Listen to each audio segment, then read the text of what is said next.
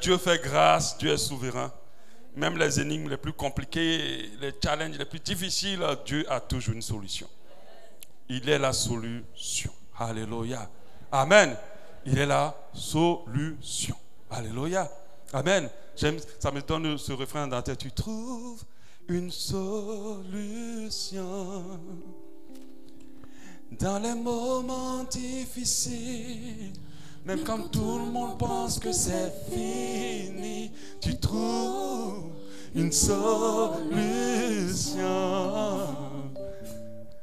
Nous sommes reconnaissants car tu trouves une solution. Tu trouves une solution. Dans les moments difficiles, même quand tout le monde pense que c'est fini, tu trouves une solution. Nous sommes reconnaissants car tu trouves une solution. Tu déplaces les montagnes, tu fais tomber les murs avec ton pouvoir.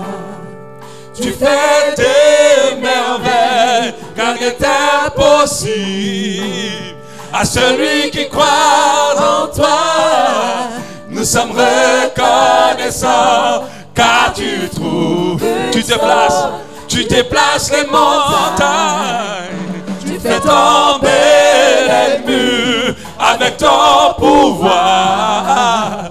Tu fais des merveilles, rien n'est impossible à celui qui croit en toi. Nous sommes reconnaissants car tu trouves une solution. Tu trouves une solution. On le dit ensemble. Dans les moments difficiles, même quand tout le monde pense que c'est fini, tu trouves une solution. Nous sommes reconnaissants. Nous sommes reconnaissants car tu trouves. On le dit une dernière fois. Tu trouves une solution. Une solution. Dans les moments difficiles. Dans les moments difficiles. Même quand tout le monde pense que c'est terminé, Jésus trouve une solution. Une solution. Nous sommes reconnaissants. Nous sommes reconnaissants car tu trouves une solution.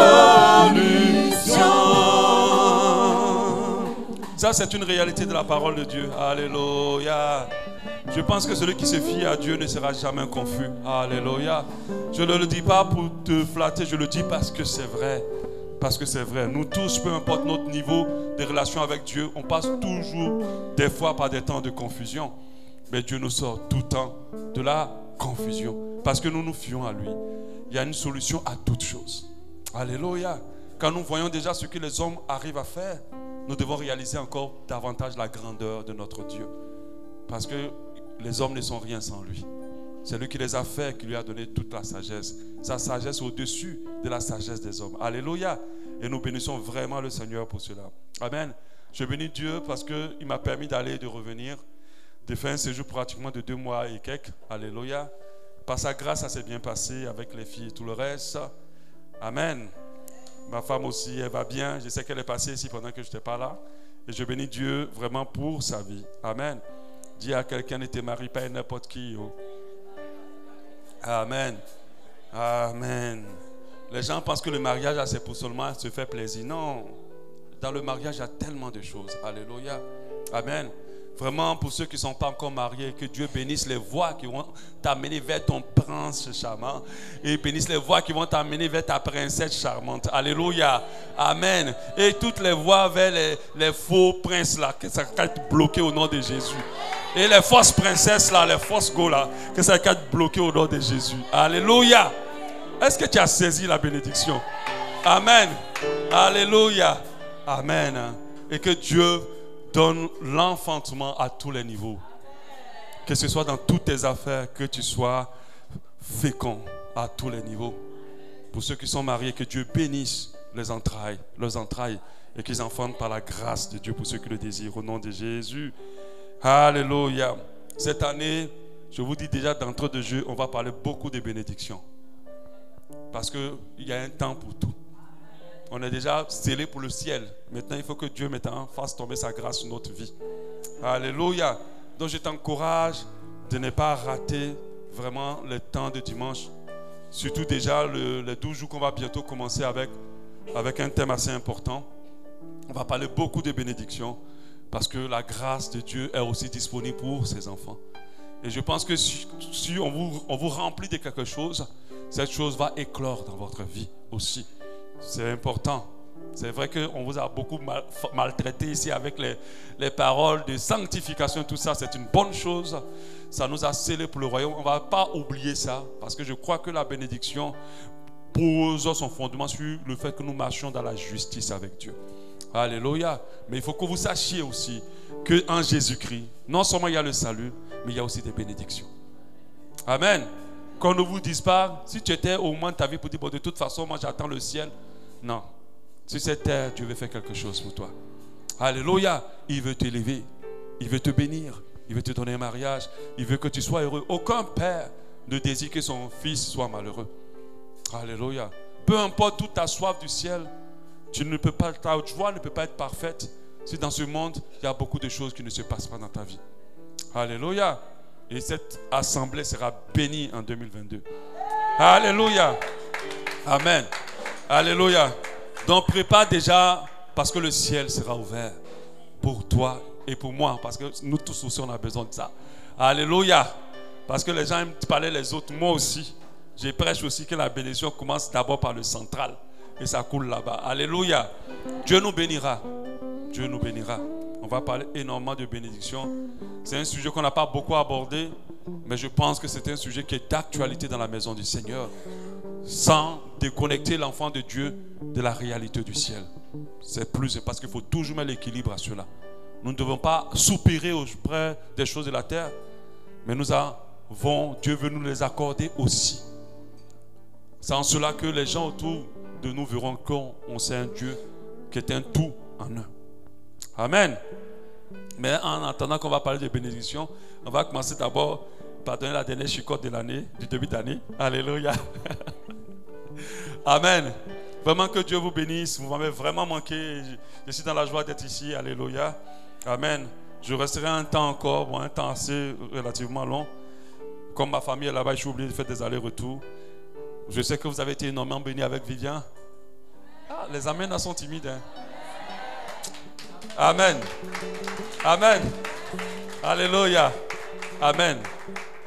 Hein? Ce qu'il a prêché vous a fait du bien. C'est vrai que je sens qu'il a un peu chicoté, parce que j'écoutais tous les jours. Alors, il a un peu chicoté, mais c'était bon pour vous. Hein? Des fois, il faut frapper l'enfant pour il évolue, qu'il grandisse, qu'il soit béni. Alléluia. Je sais que pour les mercredis de victoire, beaucoup ne suivent pas, mais moi j'ai écouté ce que Dieu a fait au travers de clavier aussi. Vraiment, c'était impressionnant. Alléluia. Amen.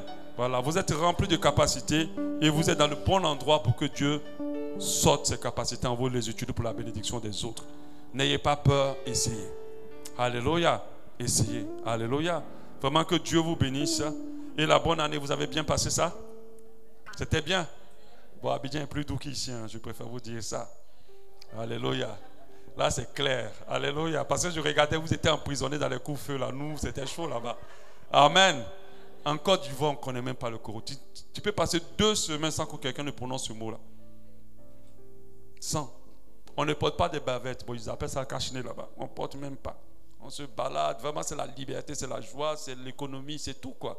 Amen. Mais Dieu le fera dans cette nation aussi. Alléluia. J'ai décidé de ne plus parler mal du Gabon. Dis avec moi. J'ai décidé de ne plus parler. Je décide de ne plus parler mal du Gabon.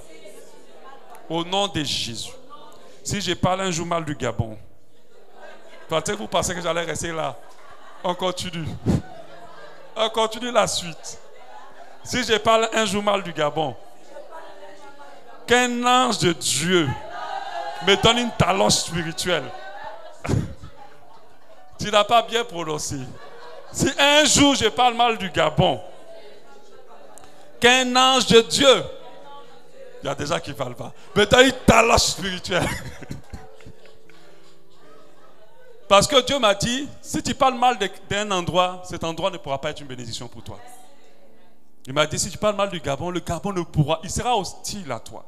Si tu parles mal d'un homme de Dieu, tout ce que les grâces que Dieu a mis en cet homme pour toi ne sera pas possible. Tu vas être dans l'église, les gens vont être bénis, mais toi, c'est toujours pareil. Alléluia. Si tu parles mal d'une assemblée, cette assemblée ne sera pas une bénédiction pour toi. Si tu parles mal de ton travail ne sera pas une bénédiction pour toi. Si tu parles mal de ton conjoint, il ne sera jamais une bénédiction pour toi. C'est pour ça, faisons attention de ce qu'on raconte au sujet de l'autre. Alléluia. Amen. Il faut commencer à proclamer des bénédictions. On va passer à l'autre étape. Dis avec moi, le Gabon est un pays béni. Les dirigeants sont très sages, intelligents. Ils nous dirigent bien. Ils sont justes. Ils n'aiment pas l'argent. Amen. Amen. Voilà comment tu dois maintenant prier tous les matins. Et puis tu vas jouer 2 ou 3 jours de jeûne dessus. Alléluia. Pour prier pour la nation. Et la nation va commencer à être favorable pour toi. Alléluia. Parce que sincèrement, quand on se retrouve là, on prête même de la salive chez le voisin pour parler du Gabon. Tellement on a trop de choses à dire. Mais les plaintes ne font que bloquer notre grâce dans un endroit. Tu ne vis pas au-dessus du Gabon, tu vis dans le Gabon. Amen. Un territoire que tu critiques et que tu juges ne peut pas être une bénédiction pour toi. Amen. Alléluia. On va continuer. Le message que je vais donner aujourd'hui, c'est Christ te connaît-il? Voilà, Christ te connaît-il? C'est un message que j'ai donné à Abidjan dans l'église des assemblées de Dieu là-bas au siège même. Par la grâce de Dieu, on a eu une connexion qui nous a permis d'enseigner. Ça a touché les gens, ça les a vraiment fait du bien. Je me suis dit, ce qui est bon dehors, ça doit être aussi amené à Bachalam. Alléluia. Je pouvais écrire un autre message, mais je me suis dit, il faut quand même l'enseigner. Alléluia.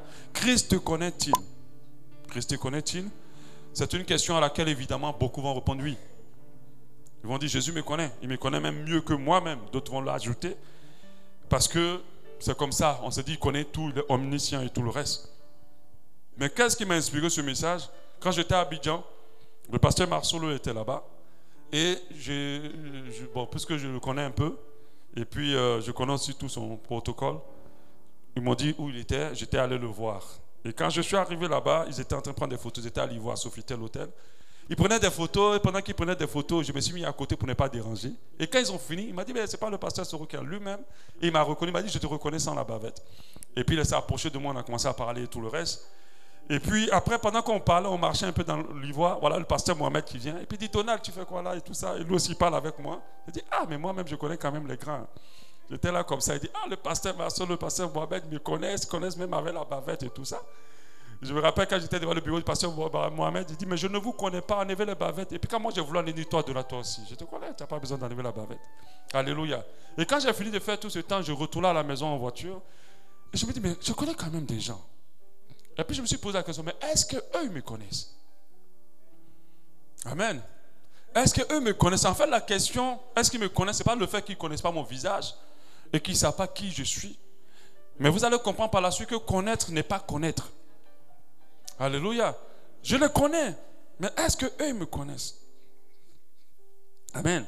Est-ce qu'ils savent qui je suis? Je me suis posé cette question. Elle est bizarre, mais elle a du sens. Christ te connaît-il? Nous sommes nombreux à connaître Jésus. Même la prostituée, avant d'aller la nuit pour gagner ses clients, dit, Jésus, accompagne-moi pour qu'aujourd'hui j'ai au moins 30 clients. Elle connaît Jésus. Elle sait comment il est né et tout cela. Beaucoup connaissent Jésus. Mais est-ce que Christ nous connaît tous? C'est ça la question qu'il faut se poser.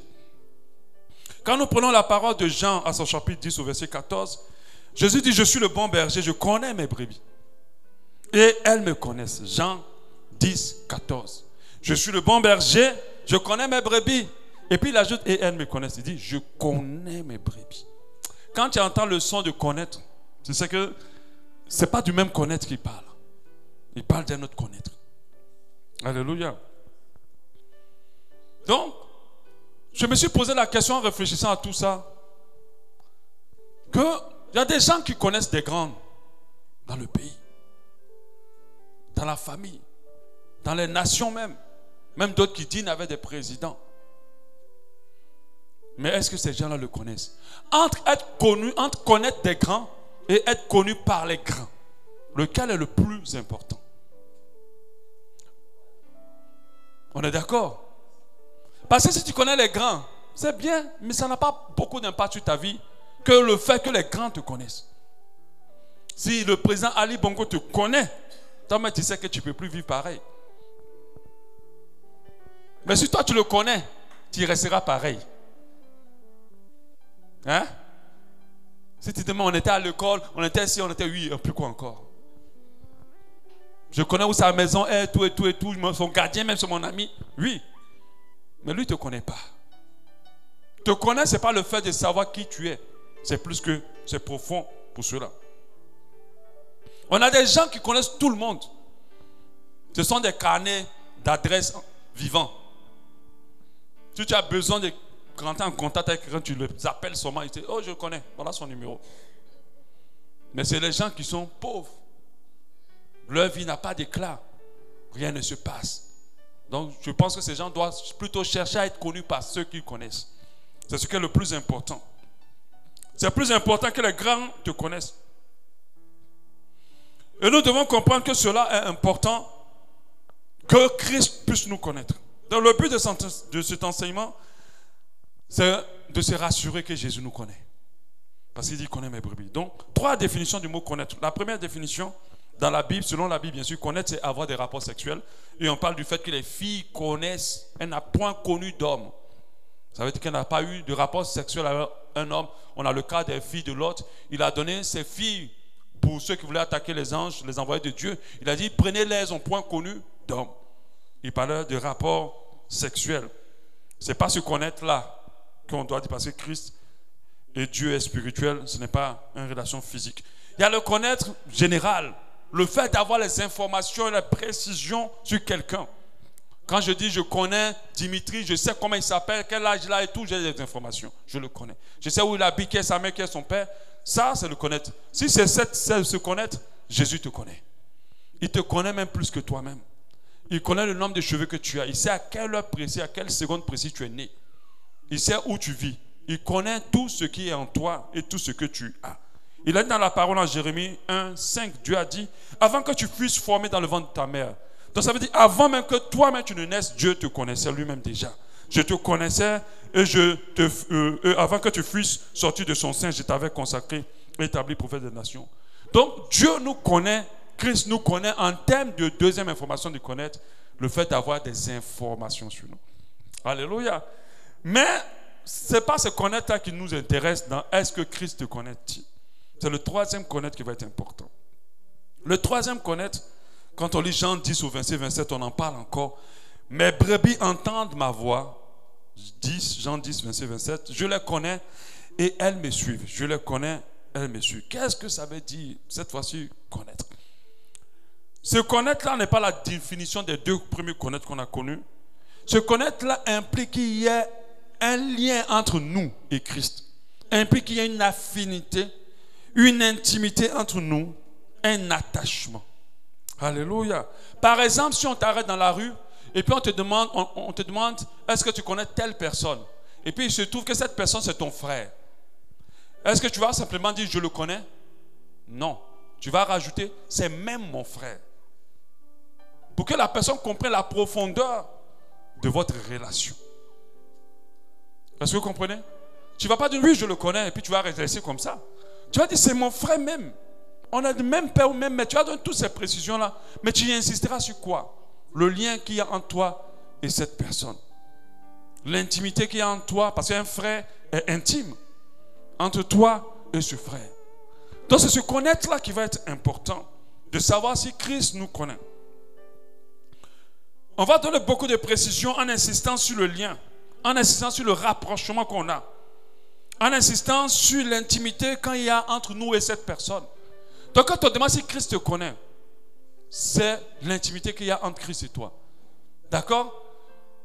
Si la maman du président a un problème, le président va se déployer pour elle. Parce qu'il la connaît. Pourquoi il la connaît? du troisième niveau parce qu'il y a un lien entre eux. Si un grand ne te connaît pas dans la troisième dimension, quand tu auras un problème, il ne se bousculera pas. Est-ce que vous comprenez?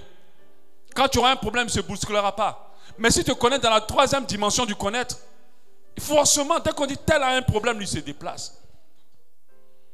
Donc le fait que Christ te connaît est un gros avantage pour toi. Parce que les riches de ces nations ne se bousculent pas pour les gens qu'ils connaissent, mais se bousculent pour les gens qu'ils connaissent. Ceux avec qui ils ont un lien. Ceux avec qui il y a un rapprochement, il y a un contact, il y a une intimité. Pour ceux-là, ils bougent. Qu'on apprend qu'il a perdu son papa, eux-mêmes prennent leur voiture, ils s'en vont, ils accompagnent jusqu'au village et tout. Mais on ne le fait pas pour les gens pour qui on a juste des informations. Alléluia.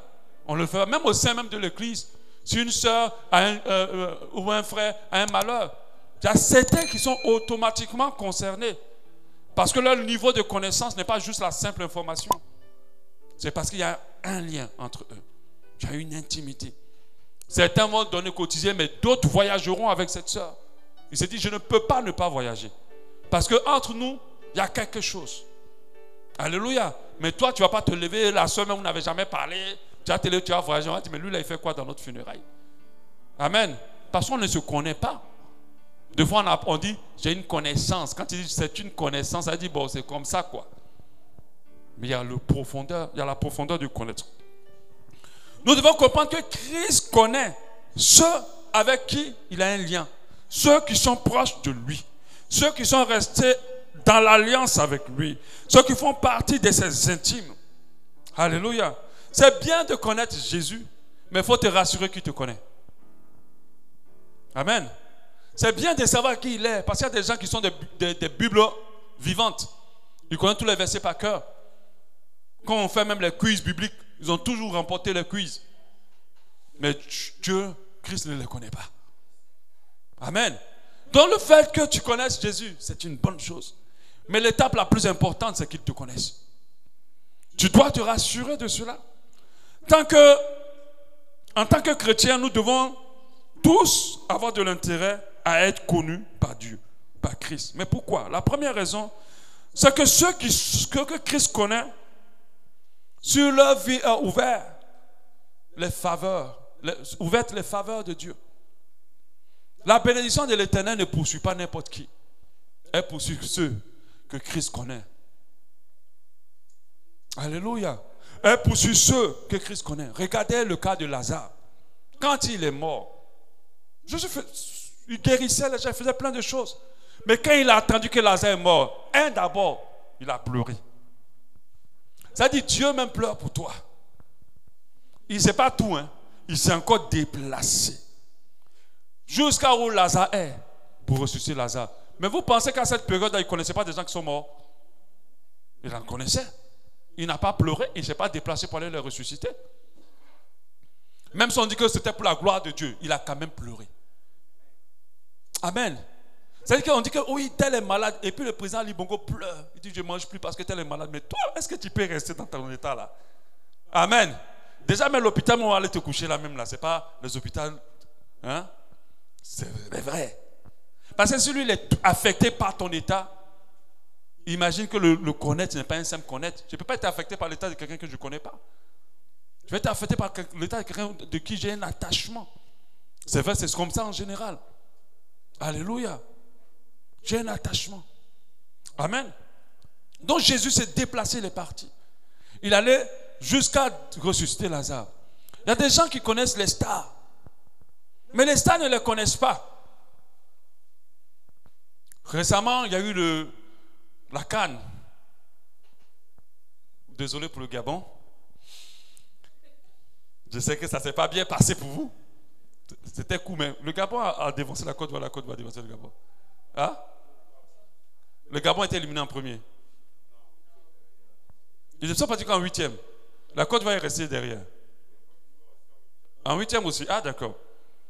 Donc il y a des gens qui maîtrisent, qui sont assis là, quand ils les appuient, tous les joueurs, leur nom, le nom de leurs femmes, de leurs enfants, leur voiture qu'ils ont acheté, tout ils connaissent. Mais les milliards de ces gars-là, même 500 ne viendront pas dans ta vie. Mais les milliards de ces personnes-là bénissent la vie de ceux qu'eux ils connaissent. Je vais dire à quelqu'un, arrête de chercher à connaître les grands. Cherche à te faire connaître par les grands. C'est dans là ça qu'il y a tous les avantages. Amen. Arrête de chercher à maîtriser Jésus, la Bible, bûcher la Bible, bûcher la Bible, bûcher la Bible. Cherche à te faire connaître par Christ. C'est la priorité. Le premier avantage, c'est que lorsque Christ te connaît, les bénédictions de l'Éternel sont ton partage. Ses compassions ne seront jamais épuisées pour toi. Alléluia. Dans la vie de tous les jours, nous sacrifions énormément pour ceux que nous connaissons. Amen. Et c'est comme ça, quand Jésus te connaît, il fait beaucoup de sacrifices pour toi. Non pas les économies ou les simples connaissances. Parce que vous avez une affinité, vous avez une intimité, vous avez un lien. Cela fait que votre relation n'est pas une simple relation. Dans des personnes qui ont des problèmes, Dieu regarde et ils ne bougent pas. Parce qu'il ne les connaît pas. Il sait qui ils sont, mais il ne les connaît pas. Amen. Quand Christ nous connaît, nous avons un puissant allié dans nos combats. Amen. Tu ne peux pas aller et puis marcher comme ça, puis gifler le frère du président. Mon frère, toi tu as un problème, tu auras un problème.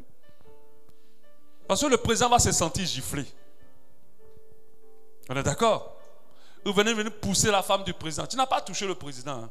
Tu as seulement bousculé sa femme. Tu auras un problème avec le président.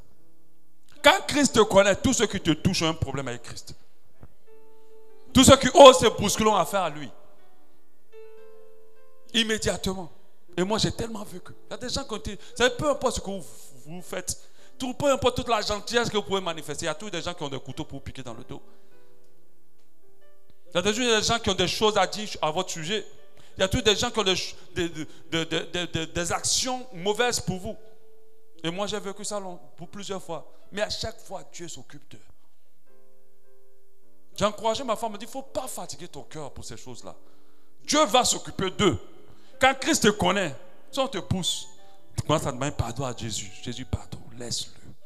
Il faut la laisser. Des fois, je demandais pardon à Dieu. Il dit, toi aussi, il m'a seulement mal parlé. Toi aussi, tu es en train de faire trop. Quand Christ te connaît, celui qui te touche a affaire à lui. C'est parce que les gens sont impatients qu'ils ne réalisent pas que Christ les défend. Tu veux faire quelle parole? Tu as quelle force pour te battre avec tout ce que tu vis? Fais-toi connaître par Christ. Tu vas voir que tu as un allié avec toi dans tes combats. Ceux qui touchaient au peuple de Dieu, juifs, avaient affaire à Dieu. Parce que Dieu les connaissait. Alléluia. Donc quand Christ te connaît, tu es approuvé du Père. Et l'armée céleste est autour de toi pour te protéger. Je me rappelle de ce sorcier-là qui avait voulu attaquer des enfants qui priaient. Et en arrivant, une puissance est venue l'enlever de là et l'a assoupi sans qu'il puisse combattre. Vous n'imaginez pas le nombre de victoires que vous remportez parce que Jésus vous connaît. Tu dors mais tu ne sais même pas que hier là, tu as remporté au moins 5 victoires. Tu ne sais pas.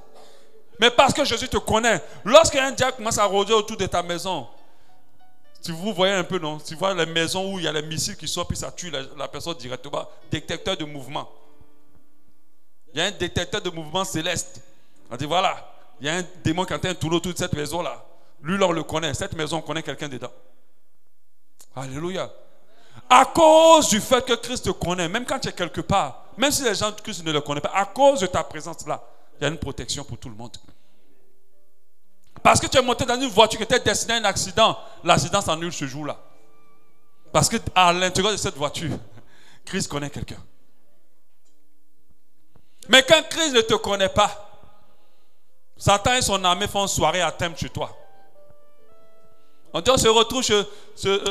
quel nom je vais donner? Il n'y a pas d'Olivier ici. Ou bien il n'y a pas de David. Il y a David ici. On se retrouve chez David. Soirée jaune et vert. Tout le monde en jaune et vert. Avec les dents un peu cirées. Parce qu'on a la fête chez David. Tu pries à l'église. Tu maîtrises toute la Bible, mais Christ ne te connaît pas. On fait soirée tout le temps chez toi. Quand tu te lèves là, tout ton corps te fait mal, comme si toi-même, on a dansé sur toi. Parce que Christ ne te connaît pas. Les yeux de Dieu ne sont pas partout.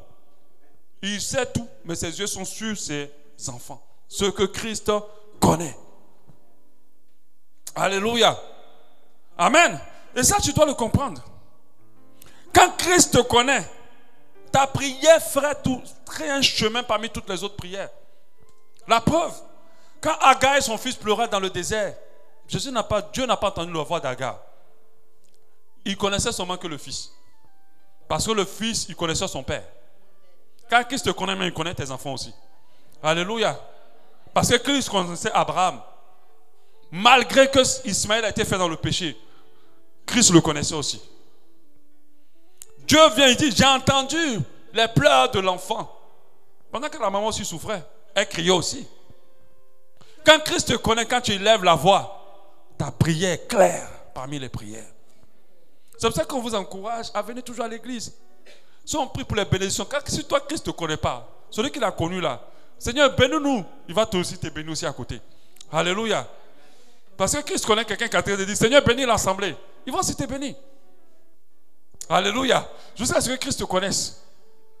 C'est pour ça que la Bible nous encourage à dire ce que 2 ou 3 personnes s'accordent à demander. Peut-être il y a un que Christ ne connaît pas, puis il y a un que l'autre Christ connaît.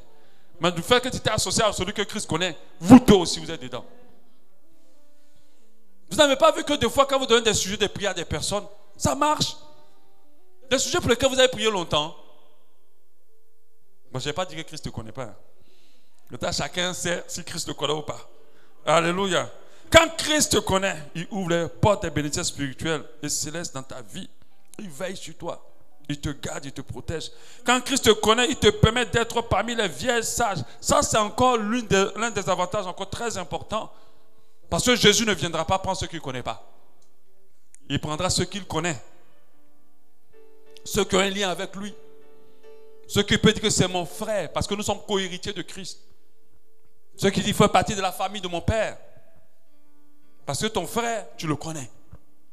Alléluia. Et c'est cela qui va prendre, comme il a dit en Jean 10, 27, mes brebis entendent ma voix, je leur connais et elles me suivent. Au verset 28, je leur donne la vie éternelle et elles ne périront jamais. Personne ne les ravira de ma main. Maintenant, comment être connu de Christ? Comment être connu de Christ? En lui appartenir complètement. Alléluia. Parce que la parole de Dieu donne, par la version parole vivante de Jean 10, 24 dit, moi je suis le bon berger, je connais ceux qui m'appartiennent. Donc appartenir à Jésus en lui donnant sa vie, en lui confiant son existence, en vivant pour lui. La suite c'est lui être consacré. Quand on lit la parole de Dieu dans l'Ancien Testament, on a David, on a Abraham, on a Daniel, on a Jacob, on a plusieurs d'eux. Partout où ils allaient, c'est comme s'il y a quelque chose qui les accompagnait. Même quand ils étaient dans les problèmes, celui qui les connaissait était avec eux. Il les sortait de là. Alléluia. Donc quand Christ te connaît, comme Abraham, comme David, ainsi de suite, la grâce de Dieu est ton partage. Donc il faut te consacrer. Ces personnes avaient une particularité, elles étaient consacrées à Dieu. Il y a des gens qui se battent pour leur vie et en même temps ils suivent Dieu. Ça, il y a un problème. Consacre-toi à Christ et Christ te permettra de réussir tout ce que tu feras. Alléluia. Aie une intimité profonde avec Christ. Christ te connaît aussi quand tu lui ressembles. Généralement, on dit qu'ils sont de la même famille. Tu ne vois pas qu'ils se ressemblent. La ressemblance à Christ, ce n'est pas une ressemblance physique. C'est avoir son cœur. Avoir le cœur de Christ. Il a dit, soyez mes imitateurs comme je le suis moi-même du Christ. C'est l'apôtre Paul qui le dit en 1 Corinthiens 11, 1. Le cœur de Jésus. Dieu aime ceux qui ont son cœur. Le cœur de son Fils. Et son Fils connaît ceux qui ont son cœur. Même dans les familles, des frères se divisent parce qu'ils n'ont pas le même cœur. D'accord? Ils n'ont pas le même cœur. C'est-à-dire leurs relations se brisent parce qu'ils n'ont pas le même cœur. C'est important que tu aies le cœur de Christ pour que ça aille entre vous. Deux personnes qui ont des cœurs différents, c'est-à-dire qu'ils n'ont pas les mêmes fondements dans leur cœur, ne vont pas s'entendre. Et ça ne passera pas. Il y aura la séparation. Donc Galates 5, 22 nous donne ce qu'il y a dans le cœur de Christ, le fruit de l'esprit. Aimer les gens, pardonner, faire du bien. Alléluia. Rien qu'en chargeant ton cœur de rancœur envers quelqu'un, de vengeance, tu commences à être ne pas connu par Christ. Parce que Dieu aime ceux qui ressemblent à son Fils. Il connaît ceux qui sont à sa ressemblance. Alléluia. Et en 4, lui obéir. Obéir à sa parole, obéir à ses commandements. On a ce passage de Matthieu 7, 21.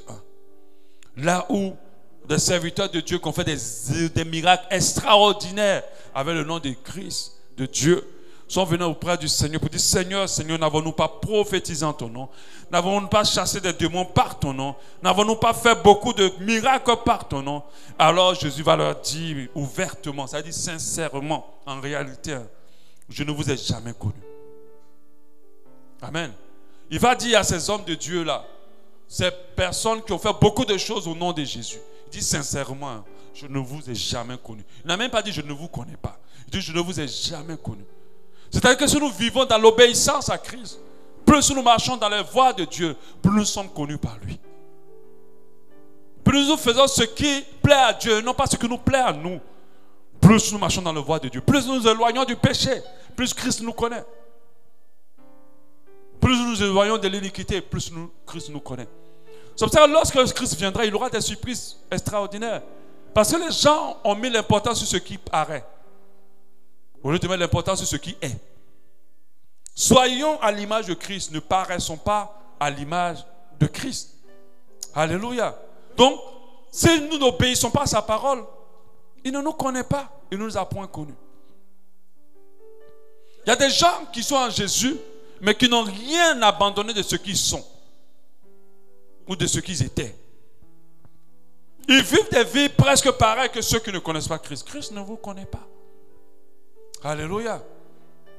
Ceux qui ont été touchés par le Seigneur, qu'on connaisse l'importance de marcher dans ses voies. Il a dit clairement à ses serviteurs de Dieu: je ne vous ai jamais connus. Et leur sort est la condamnation. Alléluia. Donc ne réalisons pas ce que Dieu fait au travers de nous pour nous rassurer qu'il nous connaît. Parce que Dieu a tout intérêt de nous utiliser.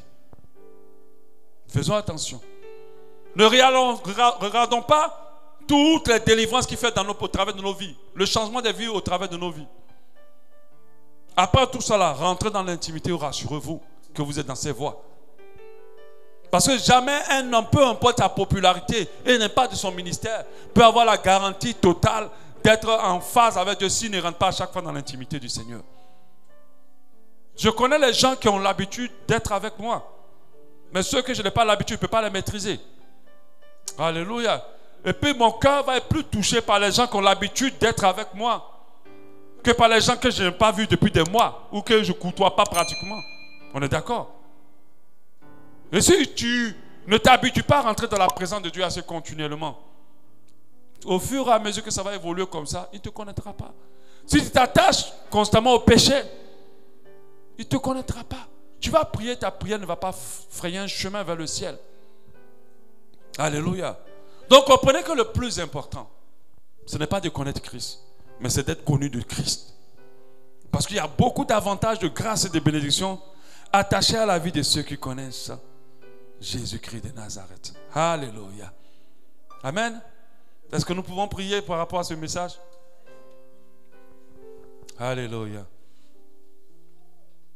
Vous savez, pendant que je prêche, tu sais des choses que tu dois laisser afin de te rapprocher de Christ. La Bible dit que c'est le péché qui nous sépare. I give myself away. Je dis que c'est le péché qui nous sépare de Dieu, qui nous sépare de lui, qui nous éloigne de lui. Et je pense que quelqu'un qui est loin de toi, c'est une personne qui n'est pas dans ton intimité. C'est une personne que tu ne connaîtras plus. Si ton propre frère fait des années ailleurs, il est loin de toi, la distance va tuer votre rapprochement.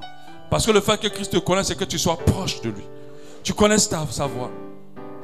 Je t'assure, cette année, dis à Dieu, donne-moi la force de t'obéir, afin que tu me connaisses, que tu me comptes parmi tes brebis. Tu me comptes parmi tes brebis, au nom de Jésus. Je ne veux pas être inconnu de toi. Prie comme cela. Continue à parler à ton Dieu. Oh.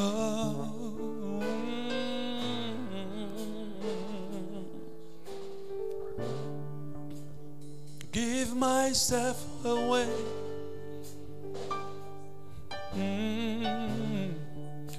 I give myself away so you can use me. I give myself away, Jesus. I give myself away so you can use again. I give myself away.